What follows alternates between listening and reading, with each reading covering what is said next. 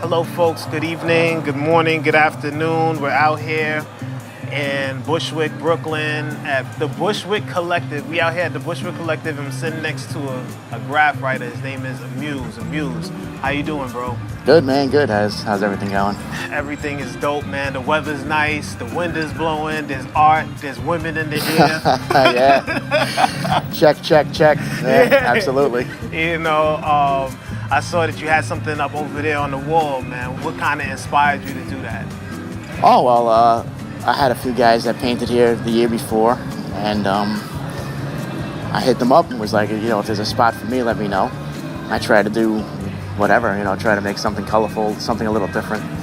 A lot of guys that did so many crazy pieces this time around. Right. And I didn't really do anything as crazy. I did, I guess, a little more colorful than usual.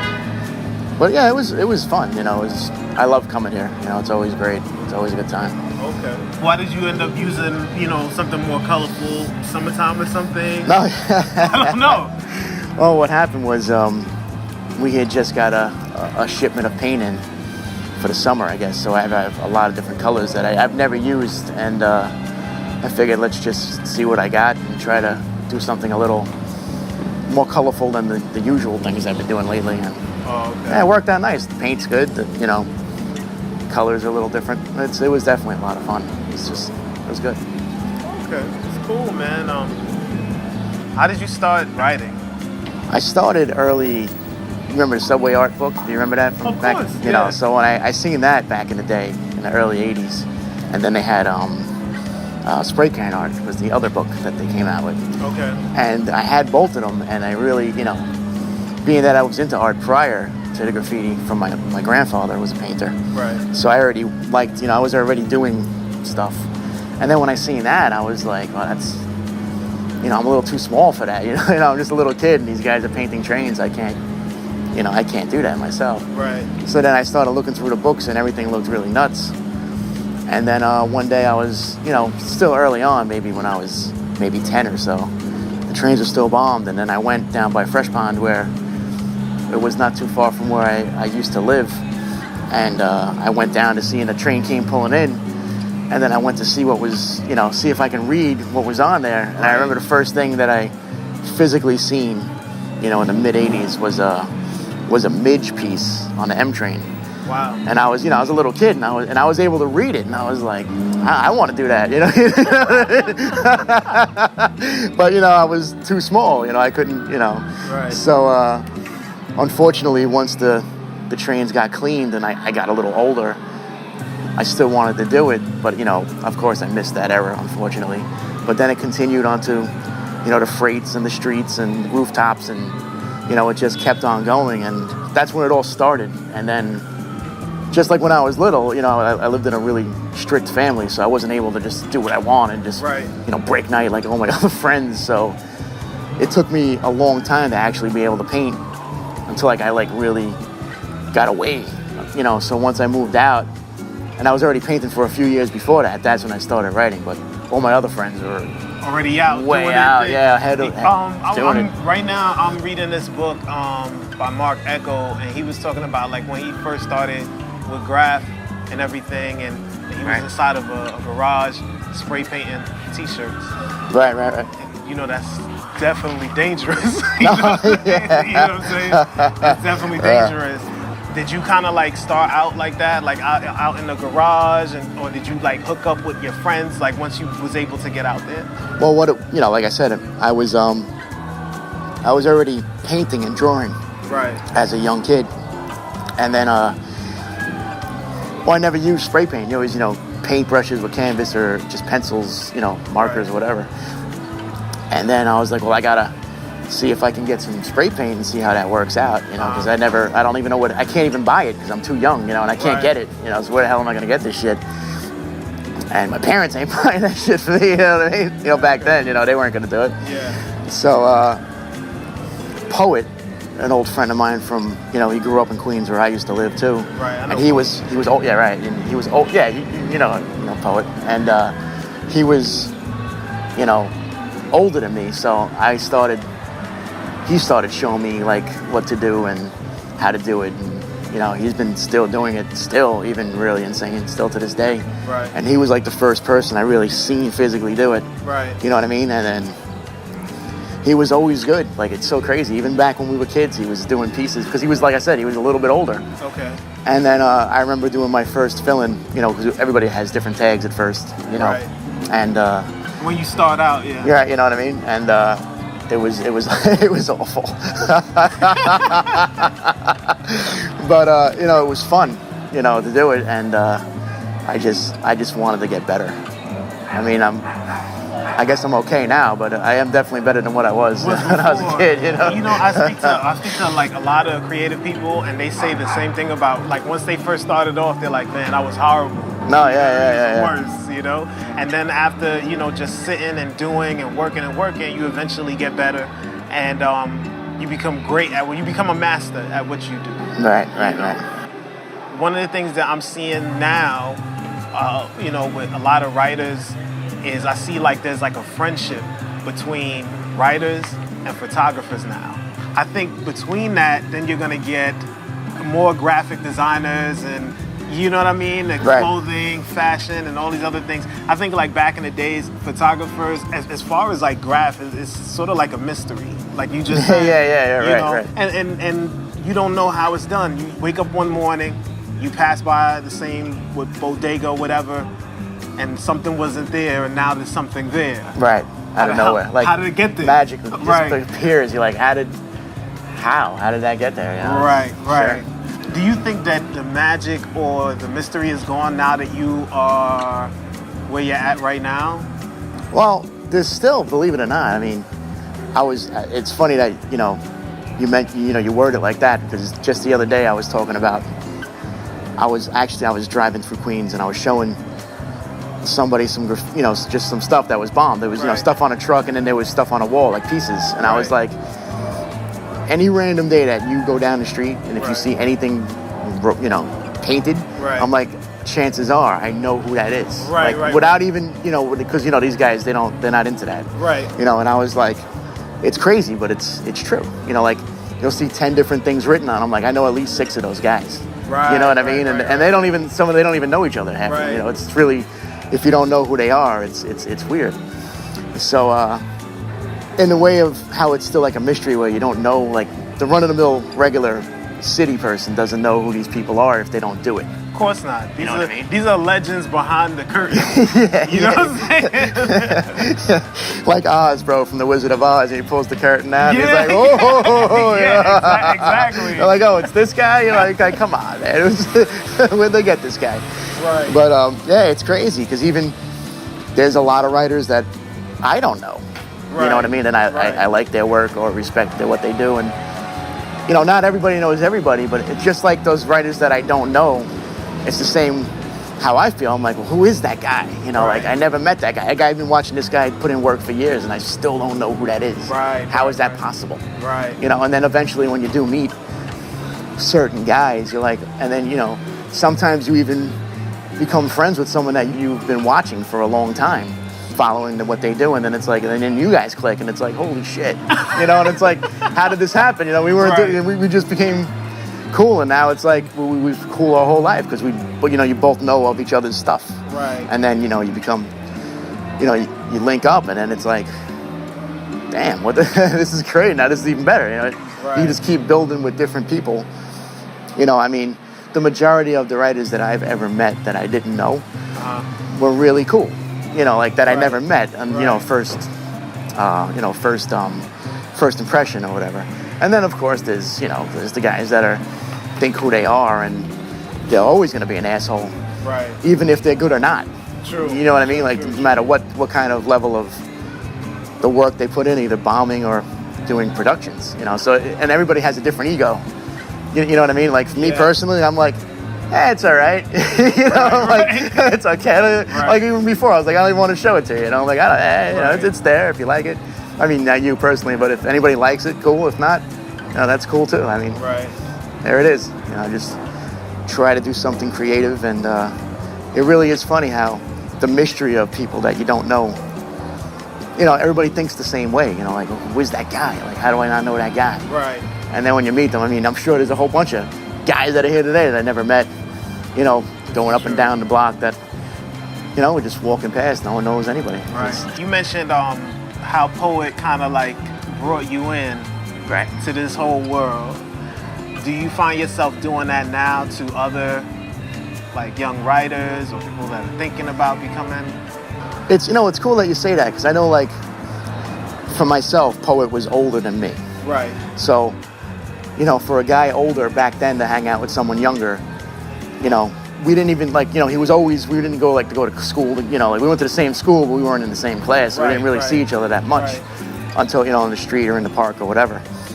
And since he was nice enough to, like, put me under his wing, like other dudes older than him did, like even like DG and all those dudes, like Deck from Ridgewood and Bushwick, were guys that we looked up to. Because once he did what he did with me, and when I meet other younger writers, I guess that look, I mean, I can't really compare myself to the guys that I looked up to, but I'm older than them, so I guess they see, I'm the older guy they see painting, opposed to the guys I seen, you know, because they don't paint no more. Right.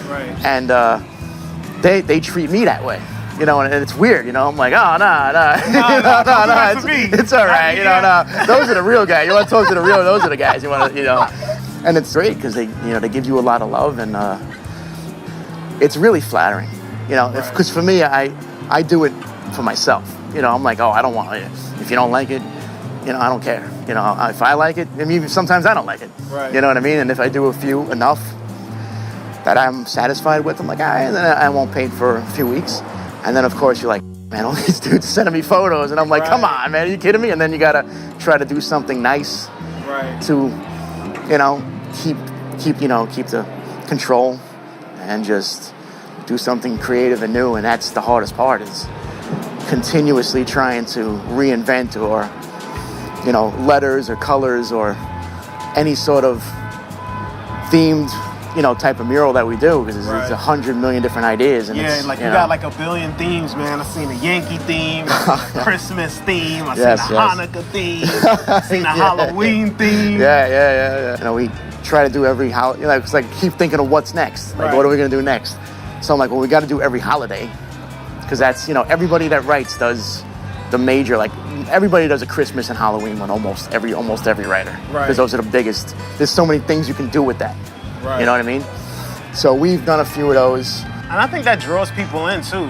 You know what I mean? Of course. And brings interest in, because I think a lot of people that look at graffiti, or writers or people that do graffiti, they're like, oh, I really don't understand what that says, so what does it mean to me? You know what I mean? But I kind of look at it, and maybe it's because I'm a creative person too. I've always looked at graffiti as like, yo, that is dope. You know what I mean? I don't care. I might not know what it says, but I feel like it's dope. And it's something within it that resonates with me. Right. You know what I mean? Right. My next question to you would be, you were talking about one guy puts up a picture. I'm going to talk to you a little bit about Instagram and how Instagram and social media affects the modern day writer. Okay. Do you find yourself and other writers putting up stuff just to show other people, you know, other writers, like how dope you are, or do you just put it up just to put it up and see what the world thinks? It's so crazy, because, like, obviously when we were younger, in the, you know, the late 80s and early 90s, the only way you saw something is if you trekked into the spot and found it. Right. You know what I mean? And a lot of the guys, which is, I'm very fortunate that a lot of the guys that when I started writing early on, they took a lot of photos. You know, and it made me take photos, even of stuff that wasn't mine, the stuff that I liked. I'm like, oh, that's a sick piece, you know, I want to do that, you know, and I would just, and we would be taking pictures and trading them like baseball cards. Like baseball cards? Like any writer like that's been doing it for a while and takes photos will tell you the same thing, you know. It's like, oh, I didn't get a picture of that. I'm like, oh, you get doubles? And I'm like, yeah. And you show up with the envelope and bang, and it's like, oh, you know, you and your boy took 40, 50 pictures in a weekend, and now you got 100 new photos. Wow. Because, you know, you traded them off. He took some to whatever different angles, and, you know, and now it's a lot different, because now you can just, you know, walk down the street and, you know, right on a police car or something nuts or something really out of control and be like, yeah, wow, hold that and pull your phone out and take a picture of it and then, you know, post it and everybody's going to be like, whoa, what the fuck? You know, like, I mean, I wouldn't do that, but I mean, that's the difference now. Like, if you rode on a police car like 20 years ago or whatever, you have to wait. You'd have to see it. No one had cell phones. You know, there was no, whoever had 35 millimeter, you know, cameras. Like, I always had a camera, you know, and I would always, if you didn't catch it, you didn't see it, you know, and there was no social media that, you know, like everybody's a photographer now. It's so crazy. Everybody got a phone, or whoever does any sort of art and takes their own pictures and posts even other people's stuff. So, I mean, it's good and bad in a way, because the good is I've met a lot of writers I never met through there. Me too. You know, like all sorts of artists of anything. You know, any sort of anything that you like to do, and people see it. You know, they're gonna get drawn to you. Right. And I've met a lot of great people. That is probably the best part about it. That's a good part. What's the bad part about it? The bad part is that a lot of people use it. I mean, everybody goes on there. I mean, it's impossible almost not to go on there on a daily basis, whoever has one. Right. But then you have some guys that they'll use it just for that reason. Currently talking right now, like we were just up the block from the party. Right. And I have a social media. I haven't even posted my piece yet. Right. And everybody, I haven't seen anything. You know what I mean? Like, what the hell? And the thing is, I haven't posted the 2 pieces I did prior to that yet. Wow. So like, I don't, I do it myself, and then I usually like, I don't got nothing to post today, and I'll throw it up. You know what I mean? Right. Because it's for me. You know, like I don't really care who sees it. But the thing that it's cool about it is that people that don't live here, that like, or ain't gonna see it. Maybe in Germany, France. Yeah, all over, whoever's on there, and they'll see it and be like, oh no, that's, I ain't coming to New York or Brooklyn or Queens or whatever. Now I can see it and just, be in your bed. You know what I mean? Or on the train or in traffic or wherever. The toilet, wherever it takes you, and it's good and bad, but Oh yeah, I remember there were 2 times that I seen something that you did. Okay. And this is when I was going out with somebody that was living over in Richmond Hill. Okay. I went to a park, and it had a trail, and the trail led all the way into the back by where the train runs. I think it's either the Long Island Railroad. I can't even remember what train it is. And I seen this big face. I think it was a big blue face. Yeah. And I was like, yo, that looks familiar. It's always a weird thing. Like when you see something that somebody did, but you can't really pin it. Right. You know what I mean? But I was like, yo, I know that dude, I know that dude. And the girl that I was with at the time, she was like, why are you so excited? I'm like, yo, I know this dude, And it was just delightful to see. Do you know what I mean? In a way, felt like a little bit of a triumph. I don't know. Yeah, I don't know. For me, I don't know why, but it felt like a little bit of a triumph. Oh, that's, which like you said, you've seen, I don't want to veer off subject or whatever. Like you said, you saw that and you knew, you've seen my stuff before, but I know you. It's a little different when your girl opposed to you. Doesn't know who I am, and you're like, oh no, yeah, I know that guy, and you're like, well, she's like, what? Oh, yeah. But the other day, this is like the perfect example of the first day we were here painting the collective. I seen a dude came by. Well, actually, it was my cousin. I haven't seen him in a while. He came by with his black book, and I was doing a quick throw up in it, and some other just, a passerby walked by, and he seen me doing it. He didn't say nothing, and then came back when I was going to get more paint for my car, and he was like, I like, what you're painting. And I was like, oh, yeah, thanks. He's like, are you Amuze? And I was like, yeah. And it was so crazy because, Your own cousin asked you that? No. The guy that I was writing in his book. I was writing in my cousin's book, and the dude walked by. And he saw me doing it, but he didn't, he didn't stop. Right. And he just kept going, and he came back. And he was like, I didn't want to bother you. I was like, I ain't bothering anybody. I'm just sitting there. Right. And he was like, I've been watching your stuff, this was really, for me, because I never heard anything like this. He was like, I've been watching your stuff my whole life. And I'm like, well, how old are you? I mean, shit, how old am I? You're making me sound like I'm fucking like old, I'm like, I'm whatever. But I was like, well, yeah. He's like, yeah, you and the FTR guys, I've been watching, I've been loving all what you guys been doing. He's like, and I'm so happy that you're actually, I can't even believe I'm watching you even do, because he's seen me doing the throw up, and that's what caught his eye, not the, because the piece was was unfinished, so you couldn't really see the letter structure. And then I was like, oh, that's really nice, thank you. And the thing that stuck out, he's like, bro, I remember your stuff from earlier, and then you stopped, which is true, because everybody grows up and whatever. Right. And then he's like, but then you came back and you did a throw up down the street from my mom's house. And I was like, all right, well, I don't know what that is. And then, and then he told me, and I was like, whatever. And I was like, oh yeah, that was quite some time ago. And he's like, bro, it's still there.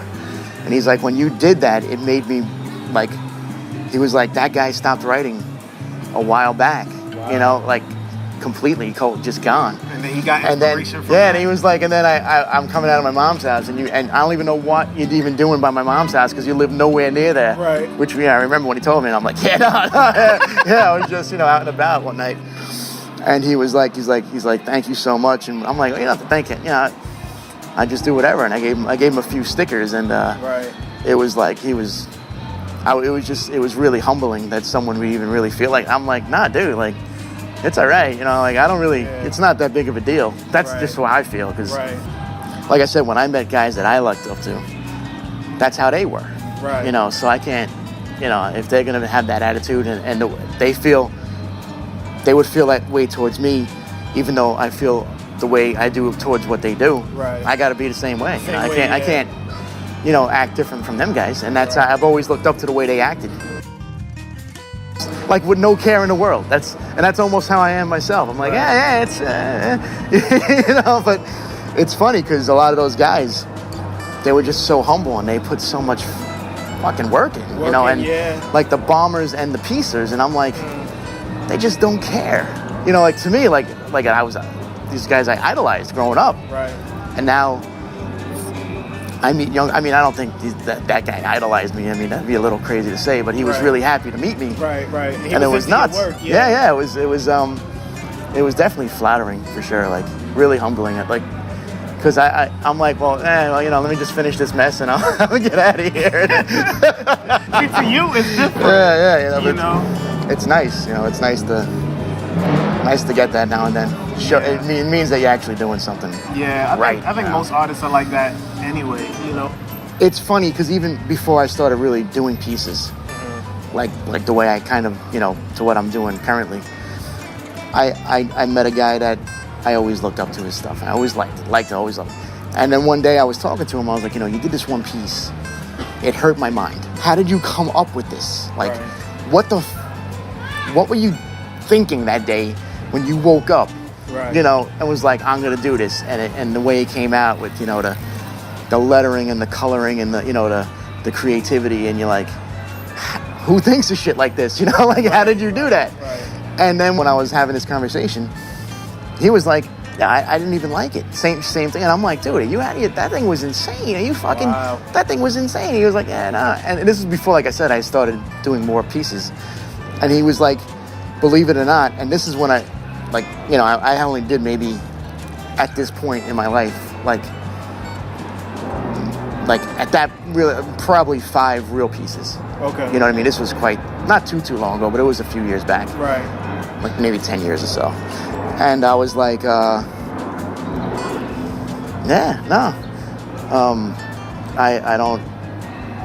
don't see what you mean. And he was like, well, you know what? I probably only liked maybe 2 or 3 pieces I've ever done. And this is a guy that's done hundreds of fucking pieces. Wow. You know what I mean? And I was like,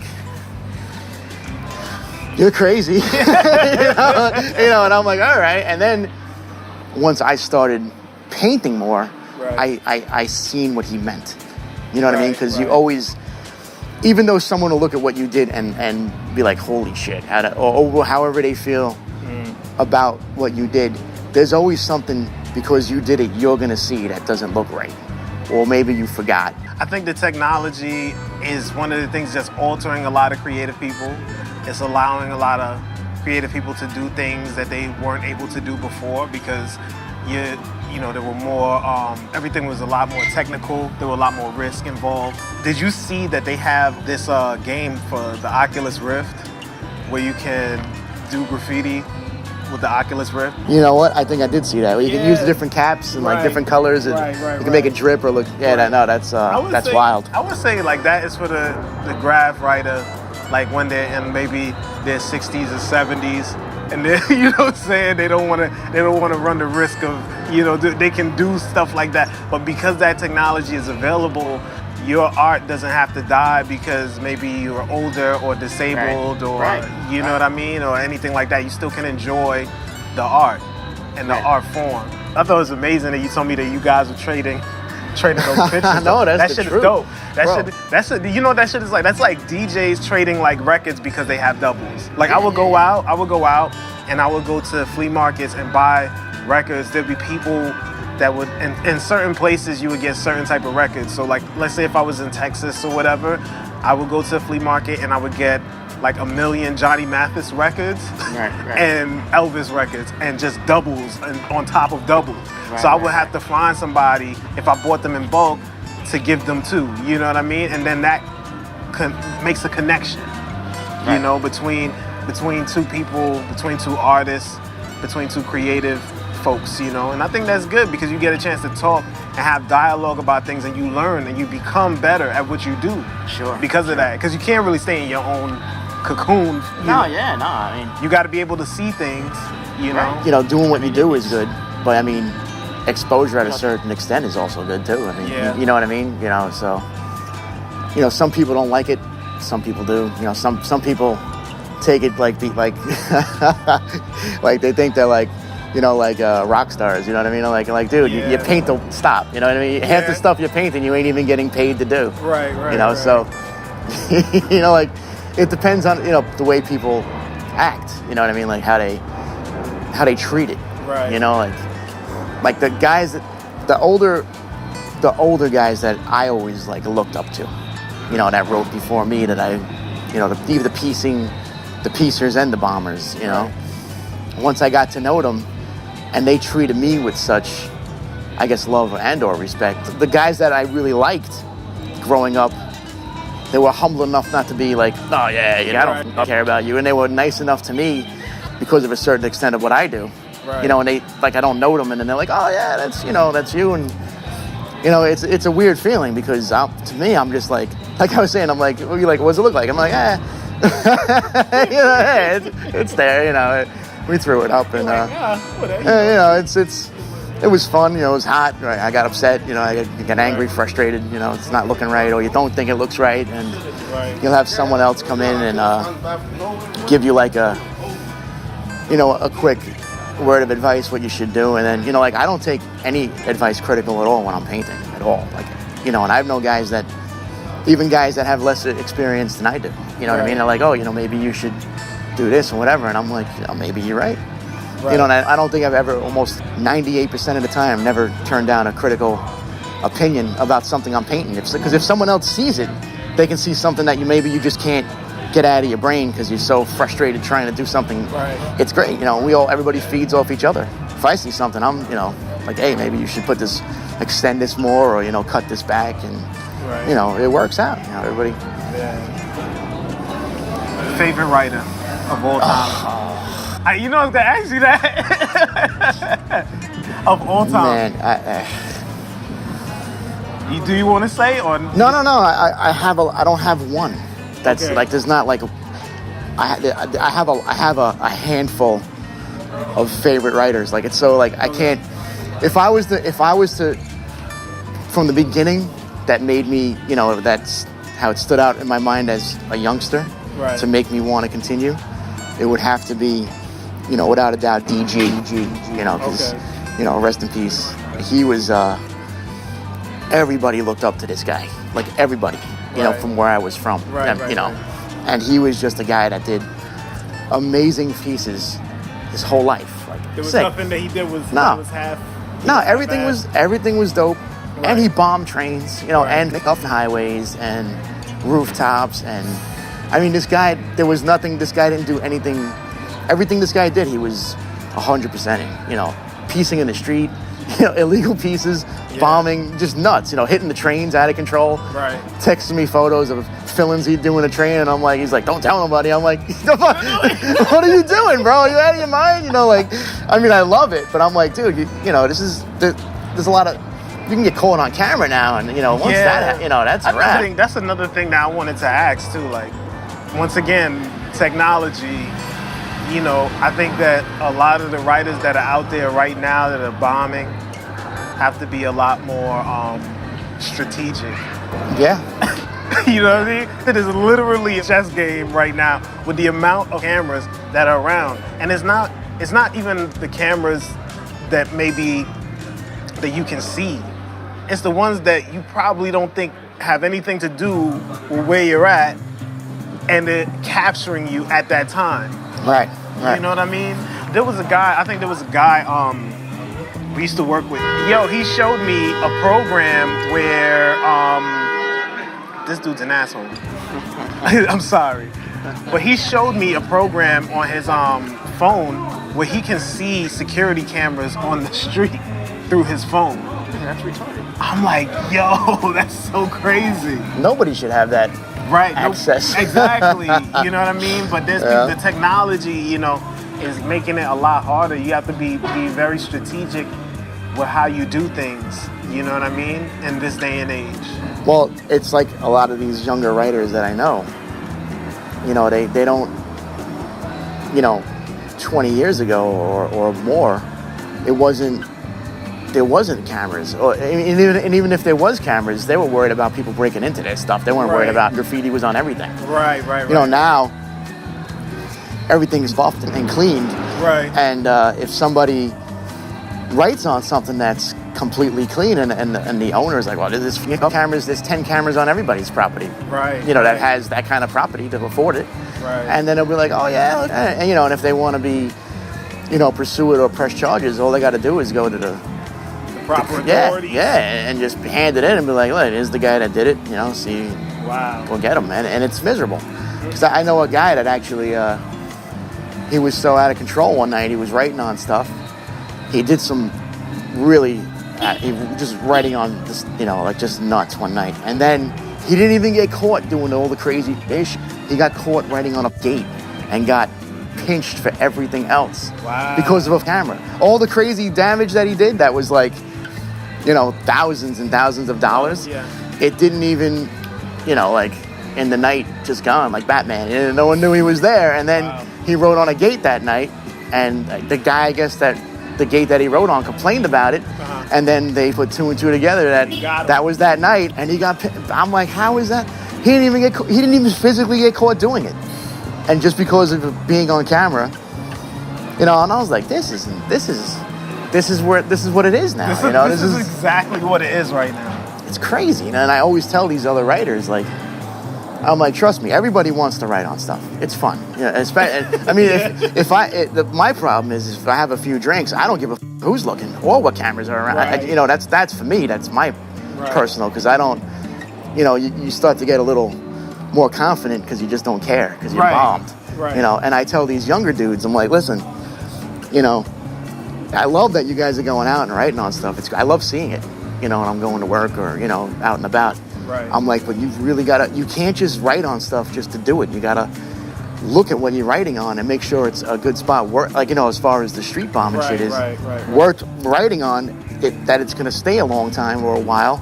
And a lot of people are going to see it, and you don't get seen on camera doing it. Like, you got to plan it out. It ain't like back when you just, we're just going to go to, you know, Corona or Bushwick or the Bronx or whatever and just go bombing it. And you just got off the train or got out of the car and just wrote on whatever was there and came back when there was no more paint and went home. Right. You know, that's, of course, everybody plans stuff, but if you don't have a plan, you know, it's like anything else, you know, you're going to fail. You know what I mean? It's not going to work out. I think this is going to be the end of this podcast. Amuze, it was nice talking to you, bro. Yeah, man. Calypso. Yeah, always a pleasure. Always a pleasure. You know, if you want to contact me or you want to hear any of the other episodes that we have for the Btz Tho, you can contact me at thebtztho@gmail.com. That's thebtztho@gmail.com. Now, how can we see your work? Oh, you can hit me up on Instagram. That's at 161river. You can see my whatever I did. Your works. The work that you came down here to do.